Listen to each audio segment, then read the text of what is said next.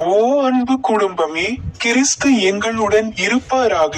அன்பான பெற்றோர்களே, அன்பான சகோதர சகோதரிகளே, அன்பான முதிய பெற்றோர்களே, அன்பான பிள்ளைகளே மற்றும் இளைஞர்களே, நான் ஜி.எம்.டி. வெங்கடராஜன். இன்று ஏப்ரல் மாதம் 26ஆம் நாள். ஓ ஜீவனுள்ள அன்புள்ள இறைவா, புனித ஈஸ்டரின் இந்த 4ஆம் ஞாயிற்றுக்கிழமையில் நாங்கள் மகிழ்ச்சியோடும் விசுவாசத்தோடும் முன் வருகிறோம். ஓ ஆண்டவரே இயேசுவே, நீர் எங்கள் நல்ல மேய்ப்பர், உம்முடைய ஆடுகளை அறிந்தவர், அவற்றுக்காக தம் ஜீவனை கொடுப்பவர். ஓ ஆண்டவரே, உம்முடைய குரலை அடையாளம் காணும் ஞானத்தை எங்களுக்கு தாரும். அதனால் நாங்கள் உம்முடைய வழியில் நடக்கலாம், எல்லா தீமைகளிலிருந்தும் விலகி இருக்கலாம்.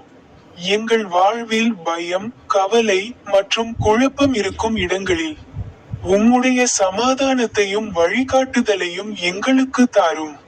உம்முடைய அன்பின் மந்தையில் எங்களை பாதுகாப்பாக வைத்திருங்கள். ஒவ்வொரு நாளும் எங்களை உம்மிடம் நெருக்கமாக இழுத்துக் கொள்ளுங்கள். ஓ ஆண்டவரே, எங்கள் இதயங்களை இரக்கமுள்ளதாக ஆக்குங்கள். அதனால் நாங்கள் மற்றவர்களுக்கு சேவை செய்யலாம், பலவீனமானவர்களுக்கு உதவலாம், உம்முடைய அன்புக்கு சாட்சி பகரலாம்.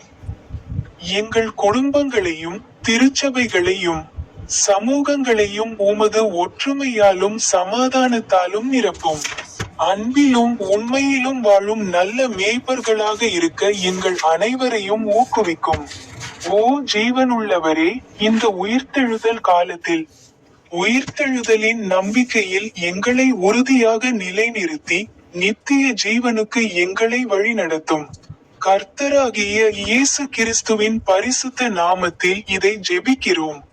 ஆமென். முதல் வேதாகம வசனத்தை வாசிக்கவும். கொலோசேயர் அதிகாரம் 1, வசனங்கள் 13 மற்றும் 14. இருளின் வல்லமையிலிருந்து நம்மை விடுவித்து தம்முடைய பிரிய குமாரனின் ராஜ்யத்திற்குள் நம்மை மாற்றியவர் யார்? அவரில் நமக்கு மீட்பும் பாவ மன்னிப்பும் உண்டு. பொருள்: தேவன் நம்மை பாவத்திலிருந்தும் இருளிலிருந்தும் தம்முடைய ஒளிக்கும் ராஜ்யத்திற்கும் கொண்டு வருகிறார். இயேசுவின் மூலம் நாம் மீட்பையும் மன்னிப்பையும் பெறுகிறோம். ஜெபம். ஓ தேவனே, இருளிலிருந்து எங்களை மீட்டு உமது ஒளியில் எங்களை உறுதியாக நிலைநிறுத்தும். எங்கள் வாழ்க்கை உமது மகிமையை பிரதிபலிக்கட்டும். ஆமென். இரண்டாம் வேதாகம வசனம். புனித யோவான் நற்செய்தி அதிகாரம் 16, வசனம் 33 கூறுகிறது, என்னில் நீங்கள் சமாதானம் அடையும்படிக்கு இவைகளை உங்களுக்கு சொன்னேன். இவ்வுலகில் உங்களுக்கு உபத்திரவம் உண்டு.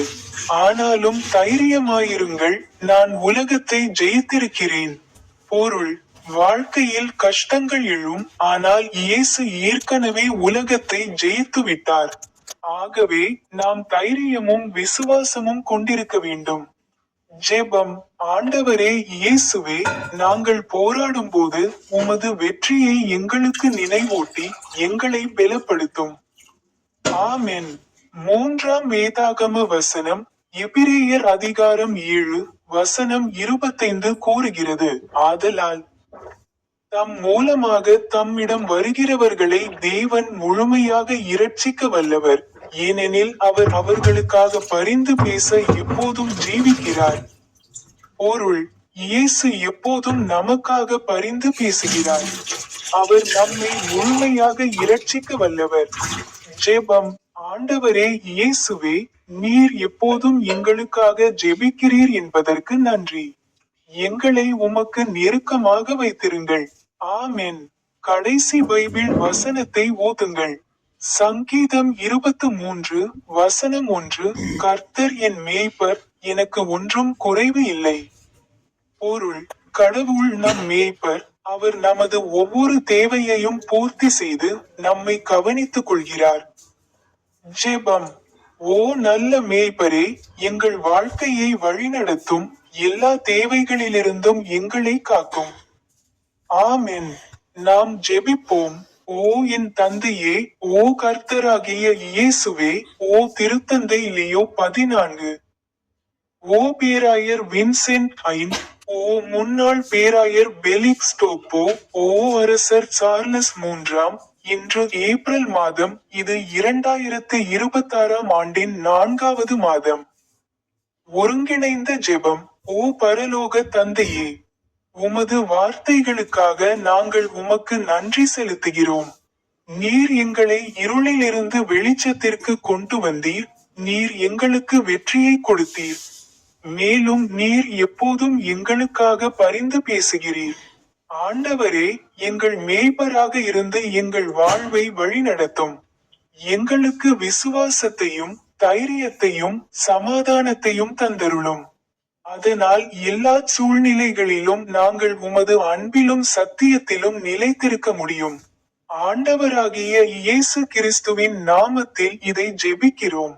ஆமென்.